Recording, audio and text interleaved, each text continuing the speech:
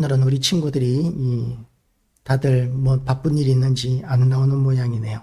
출애굽기를 하다가 보면 출애굽기에서 이제 의문을 가지는 부분이 나옵니다.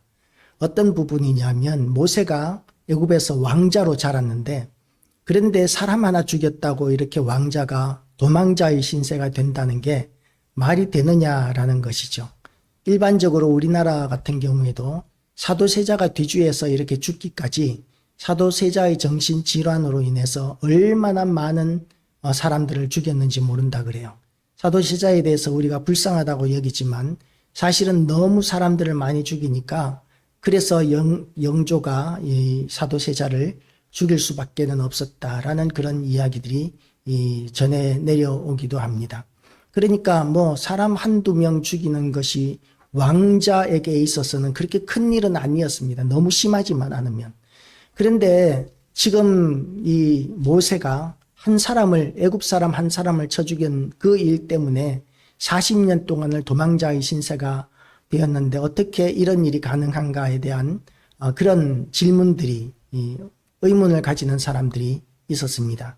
이게 왜 이런 일이 생기느냐 하면 처음에 요셉이 애굽으로 내려갈 때 애굽의 왕실은 피부가 흰 사람 셈 족속이 애굽을 통치하고 있었어요. 원래 애굽 사람들은 피부가 검은 아프리카 사람들인데 그런데 통치자들은 이 셈족의 사람들이 북쪽에서 내려와서 애굽을 점령하고 그리고 왕실을 이루면서 그렇게 애굽을 통치하고 있었고 그래서 요셉과 또 애굽의 왕실은 같은 인종이었다고 이렇게 볼 수 있었습니다. 요셉의 시대만 해도. 그런데 시대가 지나면서 아마도 요셉이 죽고 얼마 그렇게 많이 지나지는 않았을 거예요. 그렇게 세월이 지나고 난 다음에 이제는 그 아프리카인 피부가 검은 사람들이 이제 그 셈족의 사람들을 다 몰아내고 왕실을 다 몰아내고 새로운 왕조가 들어서게 됩니다. 그래서 애굽의 왕실이 이제는 피부가 검은 사람들이 애굽의 왕실이 된 것이죠. 그런데 모세는 어떤 사람이냐 하면 피부가 흰 셈족 계통의 사람입니다. 이스라엘 사람이고 피부가 희니까 그러니까 지금 애굽 사람들의 노예 생활하고 있는 그 이스라엘 자손들과 같은 피부 색깔이라는 것이 누가 보든지 간에 한눈에 구분이 가는 그런 사람이었던 것이죠. 그런데 그 모세를 데려다 기르는 공주의 권세가 너무나 강하였기 때문에 아무도 모세에 대해서 시비를 걸지 못했습니다. 공주가 자기의 아들로 길렀기 때문에 시비를 걸지 못했습니다. 그런데 문제가 뭐냐면 모세는 애굽의 왕자이기는 하지만 이스라엘 사람들과 같은 혈통이라는 것을 누구나 알고 있는데 그러는 가운데서 모세가 이스라엘 사람을 지키기 위해서 애굽 사람을 쳐 죽이는 사건이 발생한 거죠. 그건 다시 말해서 모세가 자칫 이스라엘 사람들을 등에 업고 반란을 일으킬 수 있다. 반역을 꾀할 수 있다는 충분한 의심을 받을 수 있는 사건이었습니다. 아무리 왕자라고 해도 아무리 권세가 있다 그래도 반역죄, 반란죄에 대해서는 용서받지 못합니다. 권력에 대해서는 아버지와 아들도 나누지 못하는데 그냥 백성 한둘 죽인 정도가 아니라 이 백성을 죽인 것이 하필이면 이스라엘 사람들을 지키기 위해서 통치 백성인 애굽 사람을 쳐 죽인 사건이 되기 때문에 얼마든지 이 반란의 이 속내를 숨기고 있는 것이라는 이런 충분한 가능성을 사람들에게 보여줄 수 있는 사건이었죠. 그러니까 모세를 놔둘 수 없는 것이고 모세는 도망가야만 살아남는 그런 신세가 되었습니다. 그렇게 40살에 신의 광야로 도망을 가서 40년 동안을 목동으로 이렇게 자라게 살게 됩니다. 40년 동안 애굽의 왕실에서 살 때는 모세가 얼마나 당당했습니까? 그야말로 애굽의 좋은 것들, 모든 좋은 것들, 지혜와 지식과 모든 면에서 모세는 탁월하게 그렇게 모든 좋은 것들을 배웠습니다. 그런데 40년 동안 광야에서 양떼들을 치다가 보면 어떤 마음이 들겠습니까? 양치는 사람이다라는 것은 애굽 사람들에게 있어서는 천한 직업입니다. 애굽 사람들은 농사 짓는 것을 문명적인 것으로 여겼고 짐승을 치는 사람들을 좀 천박한 야만인 그런 식으로 여겼던 사람들이죠. 애굽은 농사 짓는 땅입니다. 목축을 하는 땅이 아니죠. 너무나 기름진 땅이기 때문에 목축을 하고 목축이 아니고 농사를 짓고, 농사를 짓는 것은 그 이전에 그 한 세대를 넘어선 문명입니다. 그러니까 이 목축을 하는 것은 그 이전, 그러니까 미개한 시대부터 옛날부터 이루어지던 것이고, 문명 시대에는 농사를 짓는 것인데, 그러니까 이 농사 짓는 사람들의 눈에 있어서는 짐승을 몰고 다니면서 키우는 이 목축하는 사람들은 천하게 여기게 되는데, 모세가 지금 그렇게 존귀한 사람들, 농사 짓는 사람들 가운데서도 존귀한 왕자로, 왕실의 한 일원으로 그렇게 대접받다가 천하디천한 목축으로 이렇게 내몰려서, 그것도 하루 이틀이 아니고 1, 2년도 아니고 40년 동안이나 목축을 하면서 모세가 얼마나 열등감에 빠지게 되었을지 우리는 쉽게 생각할 수 있습니다.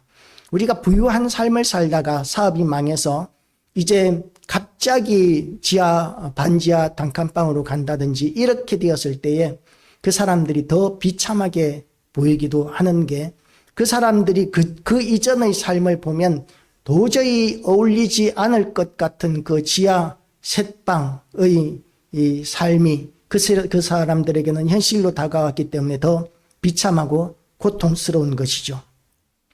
그래서 이 애굽의 왕자였던 모세에게 있어서 40년은 자존감을 다 내려놓는, 자존심을 다 꺾어야 되는 그런 시간이다라고 볼 수 있습니다.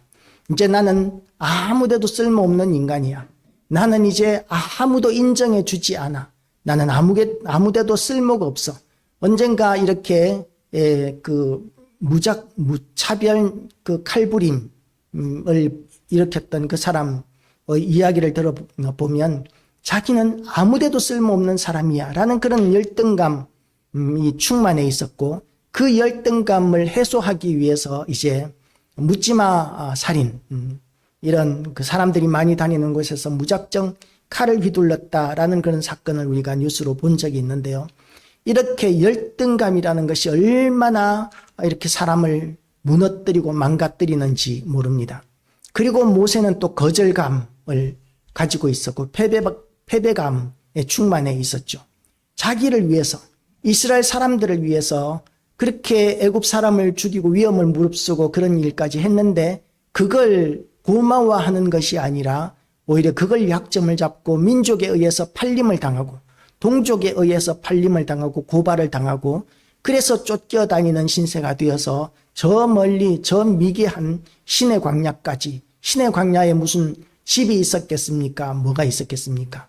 그 독사들만 기어다니는 광야에는 이스라엘 백성들이 출애굽할 때에도 그곳에서 불뱀 때문에 고생을 많이 했는 땅입니다. 척박한 땅이고 햇볕도 없는 곳이고, 그런 곳에서 풀이 있는 곳을 쫓아다니면서 양들을 먹여야 되는 그런 천한 일을 40년 하면서 거절감, 패배감, 열등감, 이런 모든 자존감들은 다 무너져버리고 그렇게 파괴적인 것들만 이렇게 충만해지게 된 것이죠. 그게 이제 모세가 처해 있는 상황이다 라고 이야기할 수 있습니다. 그런데 그런 모세에게 하나님께서 갑자기 나타나셨어요.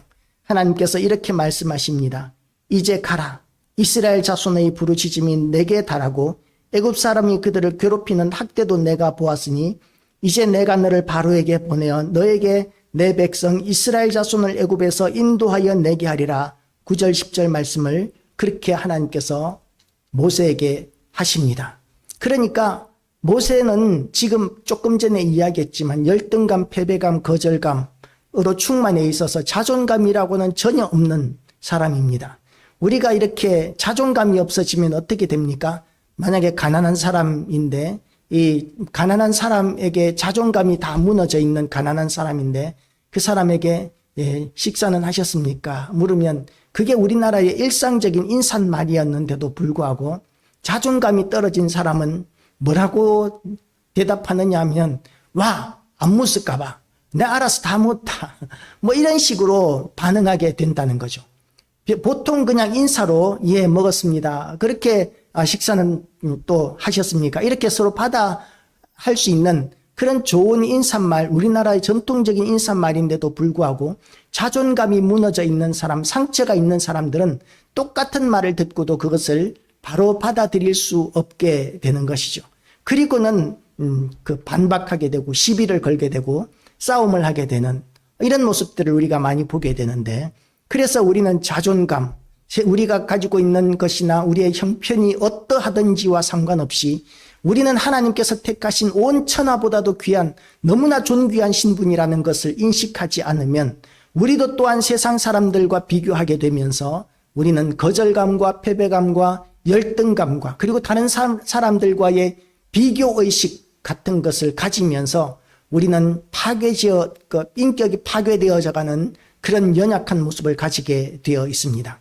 우리나라는 열등감을 충만히 해주는 나라잖아요. 우리나라는 예를 들어서 서울대학교 못 간 사람들은 다 열등감에 빠져 있습니다.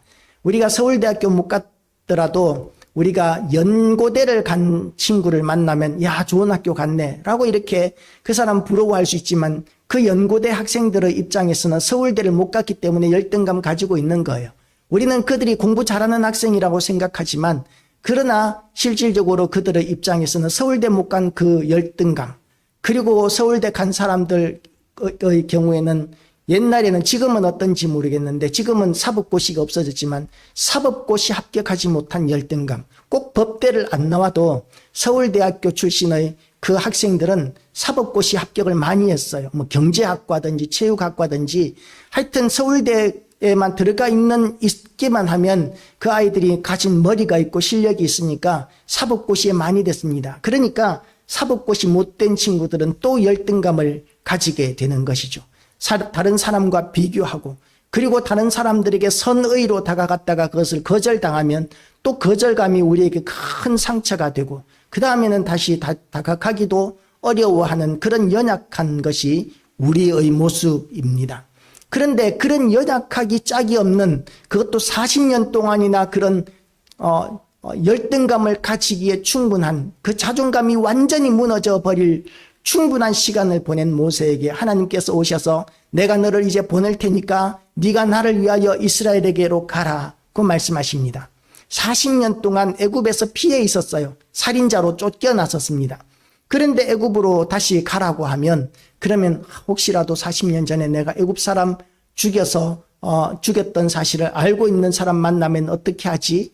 라는 그런 불안한 마음 있었을 텐데, 하나님께서는 그런 두려움과 불안에 또한 열등감, 그리고 좌절감, 자존감 다 무너져 있는 그 모세에게 가라고 말씀하시는 것이죠. 우리 같으면 이럴 때에 어떻게 해야 합니까? 하나님께서 부르시면 우리의 형편을 따라서 일하는 것이 아니라 하나님께서 보내시면 우리는 하나님의 명령에 순종해야 합니다. 우리가 신앙생활하는 것은 전적으로 하나님의 은혜와 능력으로 하는 것입니다. 하나님께서 돕지 아니하시면 우리는 감당할 수 있는 사명 아무것도 없습니다.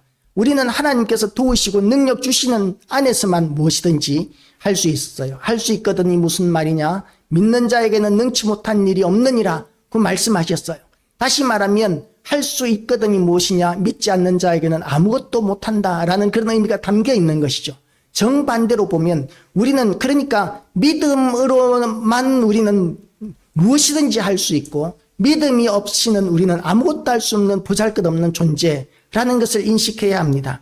물론 여기에서 할 수 있거든이 무엇이냐라는 그 말의 의미는 사실상 고난에 대한 자세를 설명하고 있습니다.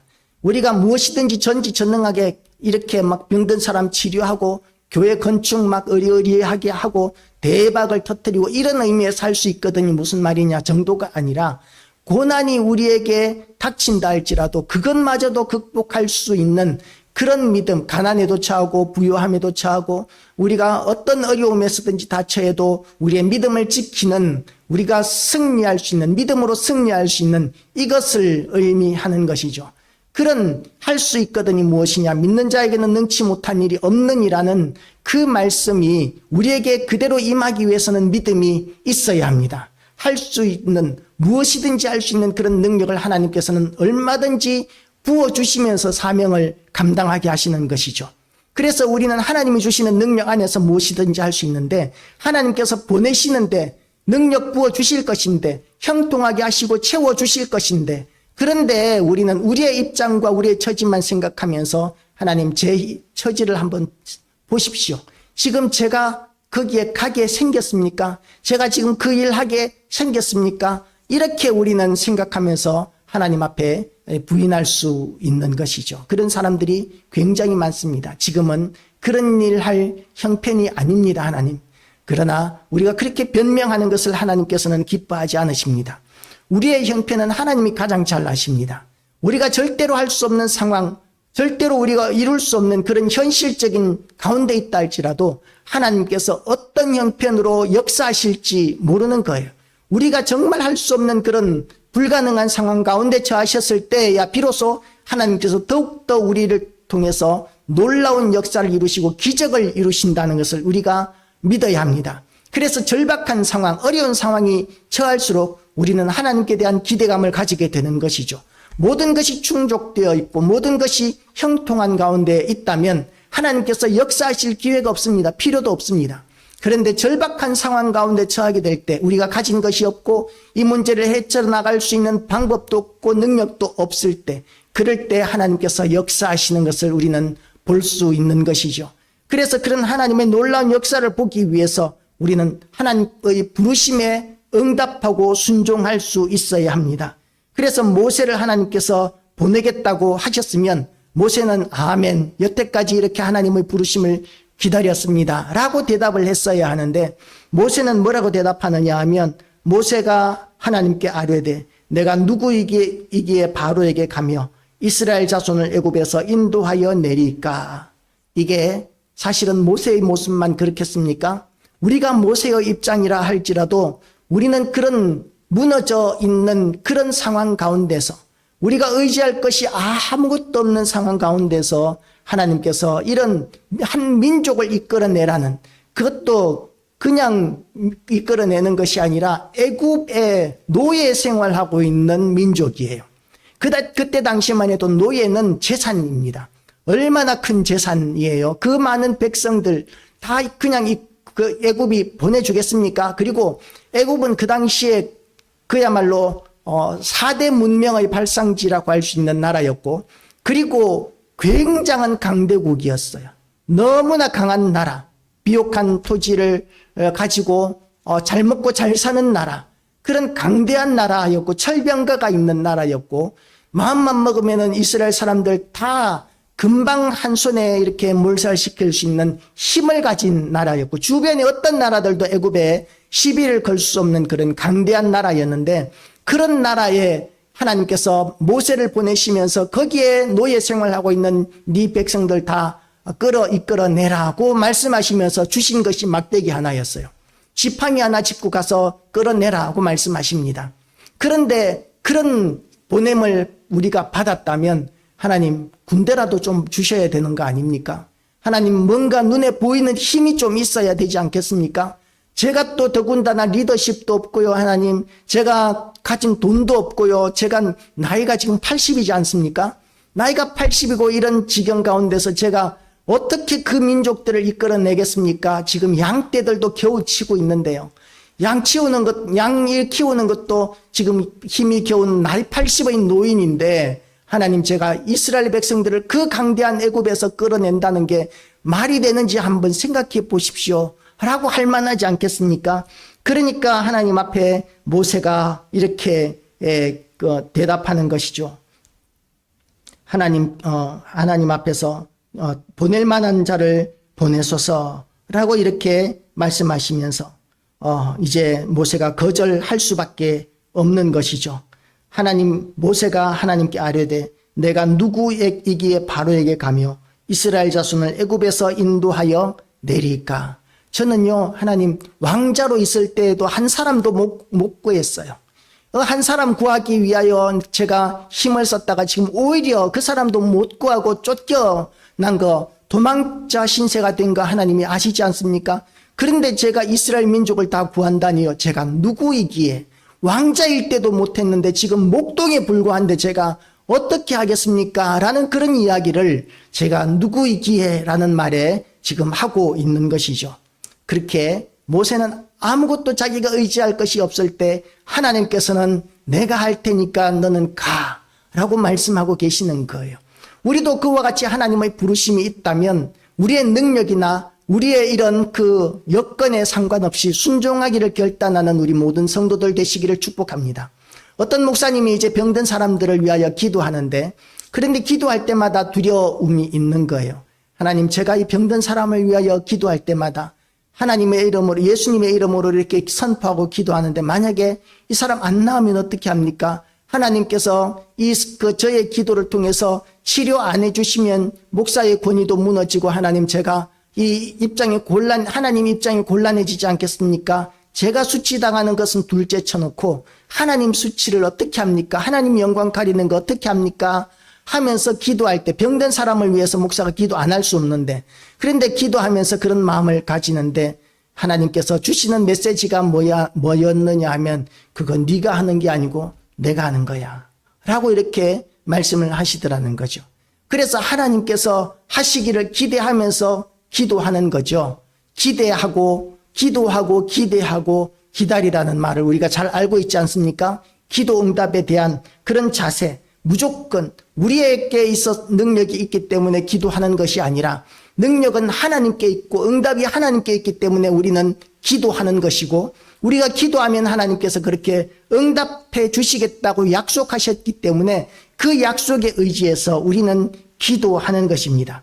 그렇게 기도하면 하나님께서는 하나님의 영광을 드러내시는데, 때로는 우리가 원하는 방향이 아니라 할지라도 결국 지나고 나면 많은 경우에 하나님께서 내가 원한 대로 응답 안 해주신 것이 얼마나 다행인지라고 이렇게 이야기하게 되는 경우들을 보게 되는 것이죠. 내가 원하는 대로 만약에 하나님께서 응답하셨다면 큰일 날 뻔했구나 할 정도로 우리는 무엇이 정말 우리에게 좋은 것이고 우리가 원하는 것인지조차 잘 모르는데, 하나님 앞에 기도하면 하나님께서는 모든 것을 아시는 하나님께서는 우리에게 모든 필요한 것들을 공급하시는 하나님이 되어 주십니다. 그래서 우리가 하나님 앞에 기도하기를 쉬지 아니하는, 더욱더 열심으로 기도하기를 헌신하고 하나님의 뜻에 절대적으로 순종하기로 결단하는, 나에게 능력이 있어서 하나님이 쓰시는 것이 아니라 하나님께서 능력을 부어주시겠다는 그런 약속이시기 때문에 하나님을 의지해서 더욱더 우리가 순종하기로 결단하는 우리 모든 교회와 성도 되시기를 바랍니다. 하나님 앞에 모세가 또 묻습니다. 하나님께 아뢰되 내가 13절입니다. 내가 이스라엘 자손에게 가서 이르기를 너희의 조상의 하나님이 나를 너희에게 보내셨다 하면 그들이 내게 묻기를 그의 이름이 무엇이냐 하리니 내가 무엇이라고 그들에게 말하리까?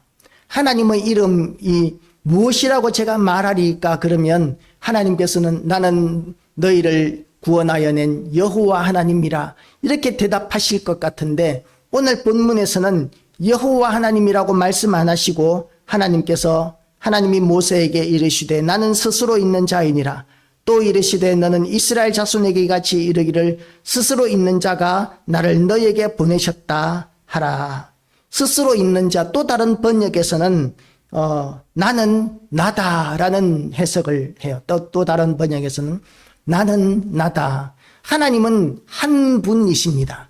그래서 하나님께는 사실 이름이 필요 없어요. 왜냐하면 하나님은 한 분이시기 때문에 다른 하나님과 이렇게 비교해서 차별해서 이렇게 구분할 필요가 없습니다. 한 분이시기 때문에. 그래서 하나님께서는 나는 나의 이름은 여호와 하나님이다 이렇게 대답 안 하시고 나는 나다라고 이렇게 대답하셔도 충분하신 거예요. 우리 하나님은 그렇게 전능하신 하나님이시고 크신 하나님이시고 하나님과 비교할 수 있는 어떤 존재도 없습니다. 하나님은 이 세상의 어떤 피조물과도 비교가 되지 않는 창조주 하나님이십니다. 무소부재하신 하나님이시고, 그래서 우리가 하나님에 대해서 설명하려고 그러면 언어의 제한이 느껴지는 것이죠. 언어의 한계가 있는 것이죠. 우리가 이 세상의 모든 것들은 다 다른 것과 비교해서 이렇게 우리가 사람들을 설명합니다. 사람이나 물건이나 무엇이든지 이렇게 다른 물건들과 비교해서 설명을 하는 것이죠. 하늘에 떠가는 구름을 보면서 야, 저거는 참 사람 모양이네. 저거는 천사 모양이네. 그러면서 신기하다, 참 예쁘다, 뭐 그렇게 이야기하기도 하고, 야, 저거는, 저 구름은 참 너무 멋있어서 저 위에는 뭔가 신비한 어떤 존재가 있는 것 같다. 뭐 이런 식으로 우리가 어떤 것이든지 설명하기 위해서는 천사의 모양, 뭐 마귀의 모양이더라, 뭐 이러면서 설명을 하는데, 그러면 비교해서 설명하면 그 설명을 가지고 우리는 상상할 수 있잖아요. 어떤 물고기는 우럭을 닮았는데 우럭은 아니고 뭐 해삼도 아니고 뭐 이런 식으로 이렇게 닮은 부분들을 설명하고 그러는 것과 마찬가지로 세상의 모든 것들은 비교해서 설명하지만 하나님께서는 세상의 어떤 것들과 비교해서도 설명할 수 없는 초월하신 분이시라는 것을 우리가 인식해야 합니다. 단지 사람을 하나님께서 하나님의 형상대로 만드셨다 라고 이렇게 이야기하지만 그 하나님의 형상으로 만든 우리가 어떤 존재냐 하면 하나님을 거역하고 반역하면서 너무나 많은 하나님의 형상을 잃어버렸어요. 하나님께서 우리에게 하나님의 형상으로 주신 너무나 좋은, 너무나 많은 것들을 잃어버렸기 때문에 하나님은 나 닮았어 라고 이렇게 이야기하는 것도 얼마나 맞아 들어갈지에 대해서 우리는 자신할 수가 없습니다. 그렇게 하나님은 무엇과도 비교할 수 없는 분이시기 때문에 당신의 이름이 무엇입니까? 라고 물었을 때 하나님께서는 나는 나야. 그거면 충분해. 그렇게 대답하실 수 있는 것이죠.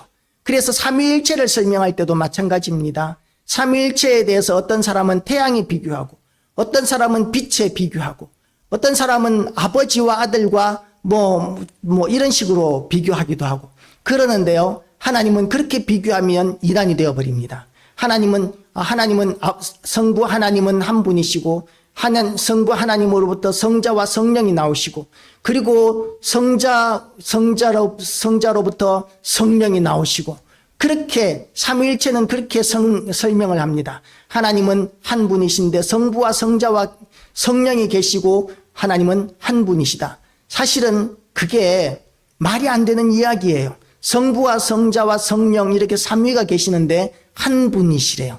그게 어떻게 말이 되겠습니까? 그런데 하나님은 그 이상으로 설명할 수가 없어요. 왜냐하면 하나님은 창조주이시기 때문에 하나, 둘, 셋 이렇게 세아릴 수 있는, 셀 수 있는 그런 존재도 아니에요. 하나님은 인간의 단어로는 설명할 수가 없고 다만 하나님께서 보여주신 것을 가지고 설명하게 되는데 그 보여주시는 것 가지고 설명하는 게 하나님은 성부, 성자, 성령 삼위가 계시고 한 분이신데 또 다른 설명으로는 성부 하나님으로부터 성자와 성령이 나오시고 그리고 성자로부터 이 성령이 나오시고 이렇게 설명하는 것이 전통적인 방법이고 거기에서 좀 더 쉽게 설명한다고 다른 것 덧붙이면 그러면 이제 이단들이 되는 거예요. 잘못된 본체론적인 증명이라든지 이런 식으로 이단이 되어버리는 것이죠. 그래서 우리 하나님은 우리가 셀 수 있는 어떤 것과 비교할 수 있는 존재도 아니시고 하나님은 우리가 전폭적으로 의지해도 될 만한 우리의 형편이나 우리의 능력이나 여건과는 전혀 상관없이 전폭적으로 의지해도 충분한 믿을 만한 하나님이시라는 것을 인식하고 하나님께서 우리를 부르시면 모세를 부르셨을 때의 모세가 반응하였던 것과 같이 이렇게 하나님 앞에 저는 못하는데요가 아니라 우리를 불러주신 거기에 대해서 감사하고 자원해서 하나님 앞에 충성하고 헌신하기로 결단하는 그것이 대박인 줄로 믿으시기를 축복합니다. 하나님께서는 전지전능하시기 때문에 우리 없이도 얼마든지 일하실 수 있어요. 교회 얼마든지 세울 수 있고요. 얼마든지 복음을 전하실 수 있습니다. 그런데 하나님께서 원하시는 방법이 뭐냐면 직접 일하시는 것보다 하나님을 사랑하는 우리를 통해서 하나님께서는 하나님의 일을 하나님이 기뻐하시는 일을 하는 것을 더 원하시기 때문에 하나님께서는 우리가 하나님 앞에서 그렇게 쓰임을 받는 것을 원하시는 것이죠. 우리를 통해서 일하기를 기뻐하십니다. 그래서 천사에게도 전도 못하게 하시고요. 하나님께서는 우리에게만 전도하게 하시고 우리에게만 교회를 세우게 하시고 우리를 통해서 역사하십니다. 하나님께서 할 수 없으셔서가 아니에요. 하나님께서는 아무도 일할 사람이 없을 때 직접 일하시는데 직접 일하시는 방법 중에 한 사람 아브라함을 불러내실 때 아무도 아브라함에게 복음을 전하지 않았습니다. 그런데 아브라함이 하나님의 부르심을 받아 본토 친척 아비 집을 떠나서 가나안 땅까지 가게 하시는데 하나님께서 직접 역사하셨습니다. 지금 이슬람권에서는 누군가가 전도하면 잡아가요. 그런데 이슬람에서 선교사들이 하는 것이라고는 집에서 이제 일하는 사람 예배드리는 모습을 그냥 보여주면서 자발적으로 이렇게 신앙을 받아들이도록 지켜보는 것밖에는 안 된대요. 그런데 그런 곳에서 아무도 전도하지 못하니까, 전도가 금지되어 있고 아무도 전도하지 못하니까 하나님께서 직접 전도하시는 일들이 많이 나타난다고 합니다. 그래서 교회 앞을 어떤 사람이 지나가는데 갑자기 하나님께서 너는 여기에 교회에 등록해야 된다라고 이런 메시지를 듣고 교회에 나오는 이슬람 사람들이 그렇게 많다고 그래요. 일할 수 있는 사람이 없는 곳이고 일할 여건이 전혀 안 되니까 하나님께서 직접 역사하시는 것이죠. 그렇지만 하나님께서 원하시는 것은 뭐라고요? 우리를 통해서 일하기를 기뻐하신다는 것입니다. 이스라엘 백성들을 애굽에서 끌어내는데 하나님께서는 모세의 도움 없으셔도 됩니다. 얼마든지 혼자 하셔도 됩니다. 그런데 하나님께서 모세를 부르셔서 보내셨기 때문에 모세는 얼마나 영광스러운 사람이 됐는지 몰라요. 얼마나 존귀한 사람이 되었는지 모릅니다. 하나님 앞에 쓰임받는 사람은 지극히 존귀히 여김을 받게 되어 있습니다. 그래서 하나님께서 우리를 부르시면 하나님이 아쉬워서 우리를 부르시는 것으로 착각하지 말고 우리가 대박이 난 줄로 믿으시고 순종하며 하나님의 일에 우리가 나아가고 하나님의 보내시는 자리에 우리가 나아가기로 결단하는 우리 모든 교회와 성도 되시기를 주님의 이름으로 축복합니다.